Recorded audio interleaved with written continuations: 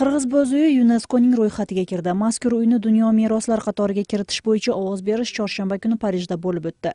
Unga ko'ra ko'chmanchi xalqlarning bo'z uylari Qirg'iziston bilan Qozog'istonning hamjihatlikdagi harakati bilan jahon meroslari ro'yxatidan o'rin oldi.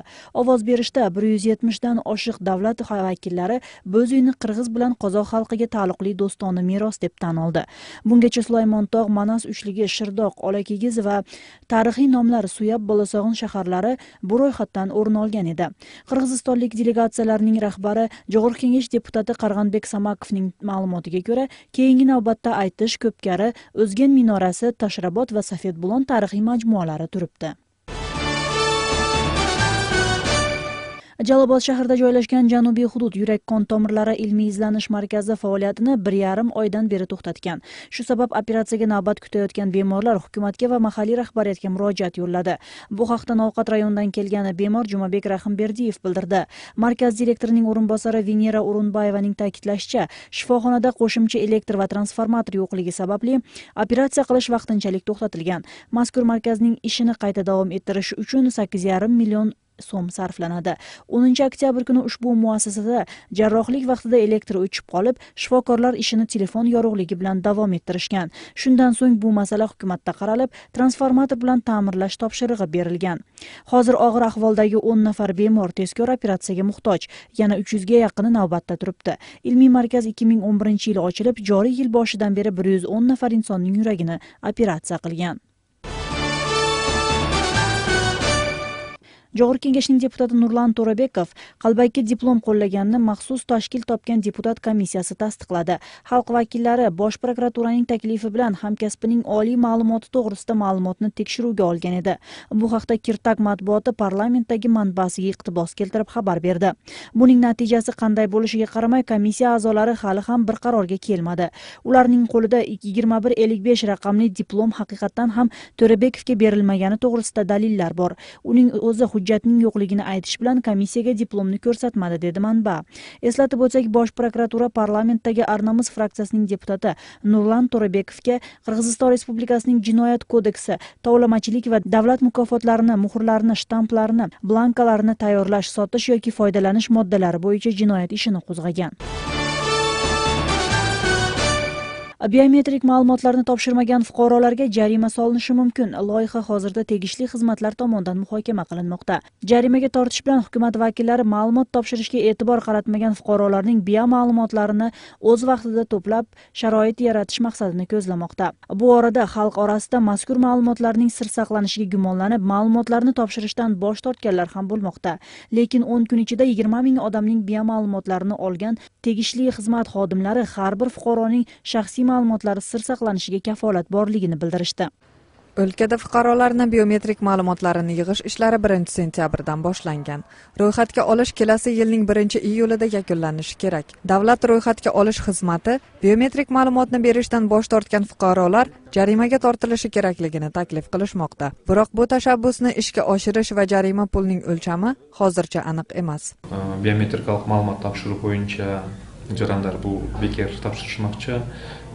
Agarda kim topshirmay turgan bo'lsa, balkim o'sha jarandar keyin ayb to'lab qolishi mumkin. Biroq qancha summada, qanday bo'lgani hozirgi usulda ishlab turish kerak. Fuqarolardan biometrik ma'lumotni yig'ish saylovda bir fuqaro bir ovoz tizimini yo'lga qo'yish maqsadida kirgizilib, biometrik ma'lumotni topshirish har bir fuqaroning vazifasi ekani aytilgan. Bunga qaramay Bishkekdagi fuqarolar ma'lumot topshirishdan bosh tortishayotganini xabarlangan. Biroq mutaxassislar xavotirga asos yo'q deb aytishdi. Elning orasida aytilib o'tmay va bunun atından bir kredit alıp alsa bo'ladi, bo'lmasa bir qo'l qo'yib bir kelishimde tutsa bo'ladi degan bu albatta to'g'ri emas. Sebep degende birinchidan al yerda bizning elektronlik qo'limiz qo'yilgan. Sebep degende bizde o'zinglar bilesinglar, ko'pincha bizde bayagınday elektronlik emas, negizgi qo'l yuridikalik ma'niga. Alan ikkinchidan al yerdagi ma'lumotlar sottun sanksiyasi bo'lmayınca, o'shanda misali belgili bir qilmishqa o'sha adam şekillenip kalıp qana atayın sottun sanksiyasi bilan qana al yerga ruxsat berilbese, anda mıyza mağa al ma'lumotlarni alganга, же болбосо пайдаланганга, кредит алганга мыйзам жол бербейт. Fuqarolarning ma'lumotlarini yashirin saqlash bo'yicha davlat ro'yxatdan o'tkazish xizmati javobgarlikni o'ziga olgan. Bu Qirg'iziston Respublikasining davlatga qarashli hamda boshqa sirlarni saqlash bo'yicha qonuniga ko'ra to'liq holda saqlanadi. Undan tashqari texnik tomoni ham inobatga olingan. Kompyuterlarga hakerlik atakalar болуы, же болбосо интернеттен бүгүн кирип маалымат алып алып жатпайбы, ошондой суроолорду бергенбиз. Ошондо тиешелүү адистер, ошо техникалык бөлүмдүн адистери айтты, бул атайын өзүнчө бир чип менен корголот. Ошол эле мезгилде бул бир эле адам ачылат жана бул чипти мисалы ошол чип жоголуп кала турган болсо, башка компьютерде ачылбайт. Же болбосо мындайча айтканда бир гана компьютерде ачылат деп мына ушундай атайын мунун коргоочу белгилери болот деп бизге атайын ушундай техникалык жагын түшүндүрүп берди да. 16 yoshdan katta bo'lgan fuqarolardan barcha barmoq izlari, yuzining raqamli rasmi va shaxsiy elektron imzosi yig'iladi. Imkoniyati cheklangan fuqarolarga tegishli ma'lumotni topshira olmaydi degan belgi qo'yiladi. Biometrik ma'lumotni topshirish vaqtida fuqarolar yonida ID pasporti yoki 1974-yili, 1994-yili chiqarilgan pasporti yoki chet o'lkalik pasporti bo'lishi zarur. Biografiyalik va biometrik ma'lumotlar yig'ilgandan so'ng uning asnosida 2016-yildan boshlab barchaga biometrik pasport berila boshlaydi. Keyin jarandar dokumentlerinin qog'oz turida жоголуп ketpesi үчүн, ар кандай өрт кырсыктары болуп атат, ал убактарда өртөнүп кетпesi үчүн бардыгын централизованный борбордук түрдө каттоо кызматында бул электрондук түрдө ар бир кишинин өздөрүнүн биометрикалык маалыматтары жана алардын өзүнүн сүрөттөрү сакталып, кийинки документ алганына да бул жаран Кыргызстан жаран экен, бул жаран мурда мындай метрика алыптыр, буга мындай паспорт беришибиз керек экен деп биринчиден жөнөкөтүлгөн болот. O'sh shahrida biometrik ma'lumot to'plash ishi 14-noyabrdan boshlangan. Bugungi kungacha 20 mingdan ortiq odam biometrik ro'yxatdan o'tgan. Eslatib o'tsak, Qirg'izistonda 3.641.470 kishining biometrik ma'lumoti yig'ilishi kerak.